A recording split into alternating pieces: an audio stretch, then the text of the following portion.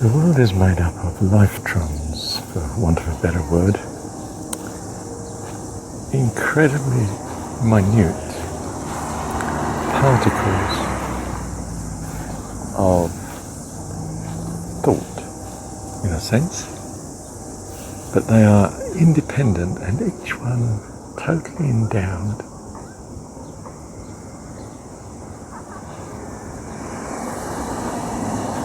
with the consciousness of God.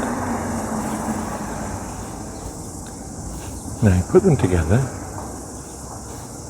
into matter and matter into something useful, and you just see it as a jug sitting on the table. Because that is its narrow significance to you. You need a jug. Put your fruit juice in. And this semblance of the liyftronz into matter and matter suitably made into a jug is very useful.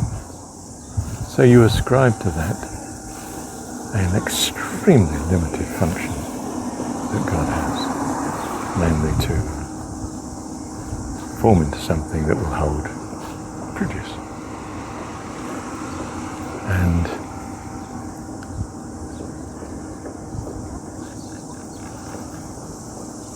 you're blocked from your consciousness of the fact that it's all God. It's all His very self, a manifestation of His mind. Hence, you can travel across the universe in absolutely no time at all, from one end to the other of an infinite universe, from one universe to another. Because the universes are only a manifestation of what God is doing, projecting onto, if you like, the string lattice that we call space, empty space. We tend to think of creation as going from the simple to the complex. Not at all. We go from the infinitely complexity of God to a very simple creation. So your body, as you see it, as so incredibly sophisticated, a united piece of a society of, I don't know, 30 or 40,000, 30 or 40 trillion cells is in fact a created incredible simplification of the fullness of God that is in every, I was going to say particle, but liyftron, for want of a better word.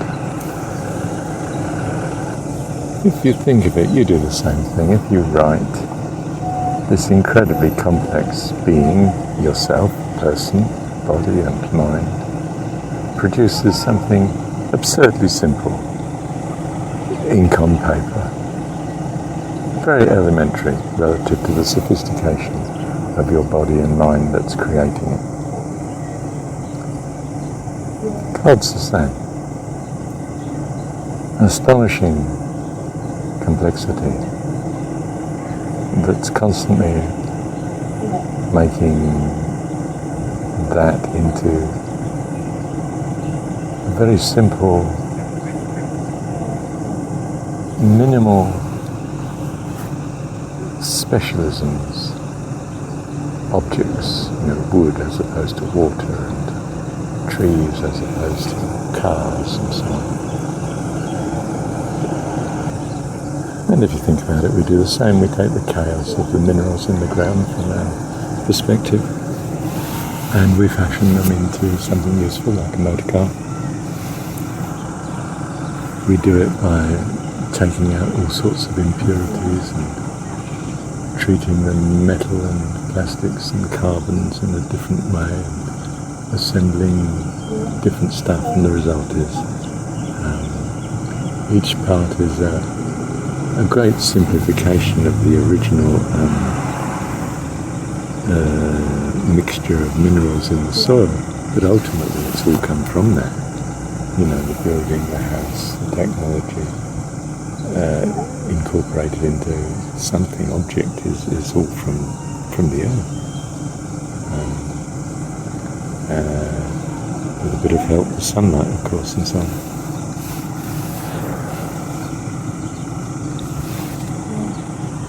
It's a different perspective on the kingdom of heaven is within you. It's within every lifetron of your being.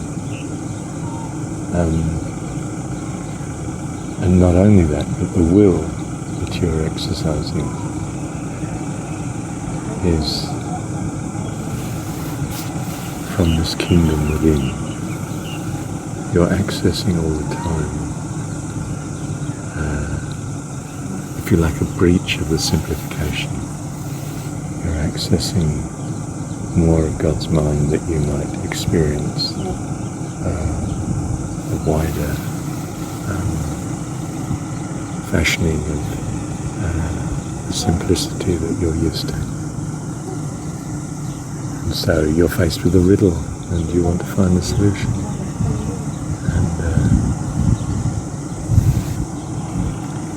You suddenly get a flash of insight, think, perhaps it means so-and-so. And you're away. You're experiencing an expansion of consciousness. It's what we do when we theorize. In fact, it's even what we do when we discuss things with people. We're expanding our consciousness and our awareness. We're not actually building it up from the simple. We're receiving it from the complex, the mind of God. And there are ways of doing this. Conversation's one of them, meditation might be another, and so forth. Simply doing it by practice is another, isn't it? Amazing. Thank you, Heavenly Father. You see, you are in effect using these lifetrons. You're using God, part of God, all the day long, in a simplification way. He's coming down to your level. You might need shoes, you might need a bicycle, whatever it is. You might need to live in a nice environment. And he's coming, simplifying himself. He's playing with you, you see. Same as we do with the kids. I'll play a game of Monopoly with your love. But of course you're going to make sure she wins enough to give her encouragement to do more and to learn from the experience. And I'm simplifying my source of pleasure to what is going to be a blessing to her. And that's a great blessing to me, of course, great joy. And God's doing that all the time. With your body, your environment, the phone you hold, the air you breathe. Playing with the heart and needs. Come. It's hard when you're playing with Dad to really know what Dad's life and world is. You know, he has complex thoughts compared to your concern for winning the game and playing and having a cup of tea and some sweets and cakes. And he's happily playing this because,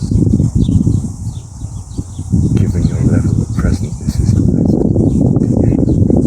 He wants you to be blessed. That's what the whole of our creation is.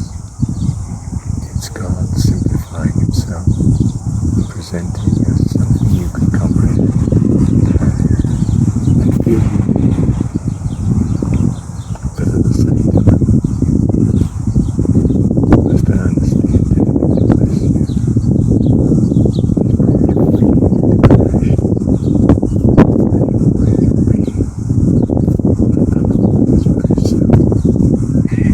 That you be a lovely member of the host of his family.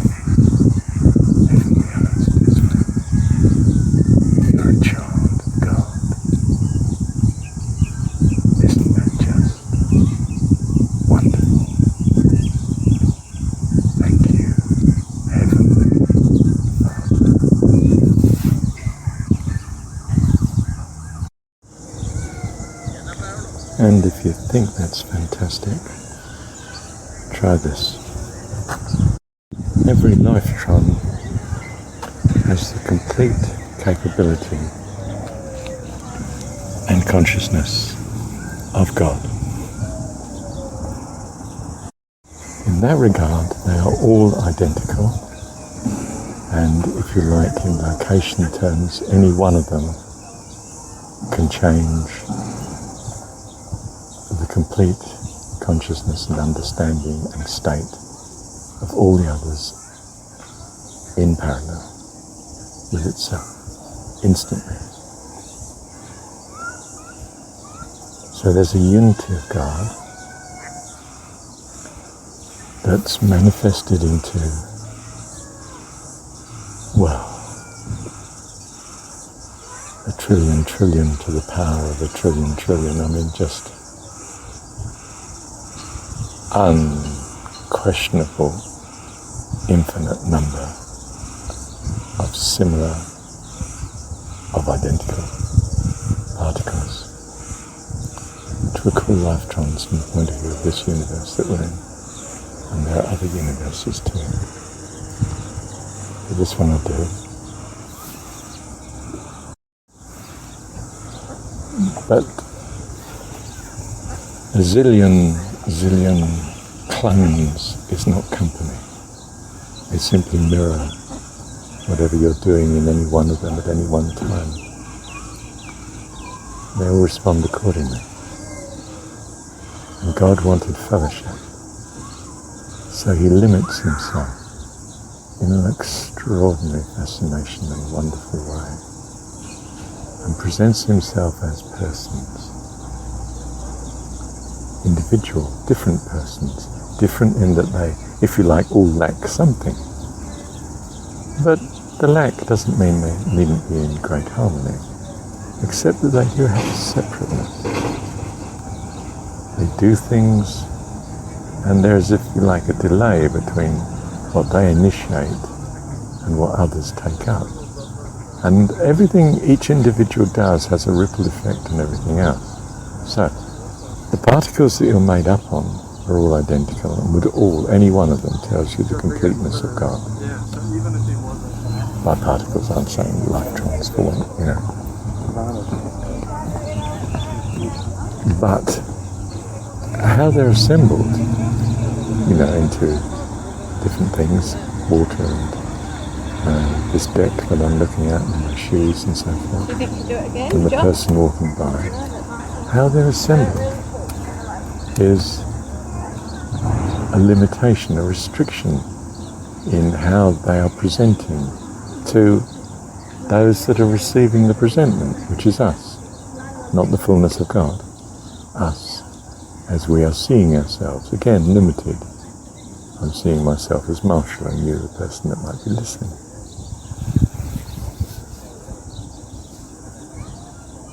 So in a sense it's all God, but he's experiencing variety, which he wouldn't otherwise experience. And he's experiencing personhood, which he wouldn't otherwise have. Persons are limitations upon the fullness of knowing everything and being the only one. Being everything. He is everything, there's nothing else. So, if you like, he can present himself as Jesus and a kindly Father in heaven. And he can present himself as us, his children, responding and growing up. And he can experience now the fun of interrelating between these, presenting separate individual persons. And it's quite valid in that they are separate persons, because in their limitation they will do something on the limitation, and that will be understood in different ways by the other limitations, the other people around them. And he can enter into this himself as the father of the family experiencing his family. So you could say in some sense the Buddhist is right. Your personhood doesn't ultimately exist in some sense. But I think it misses the point. Because in another sense it does. And that is, it gives opportunity for the experience of the varied and the limited, one upon the other. That's what we mean by life. Life with its variety and uncertainty, and joys. Perhaps sorrow, but we're working on that.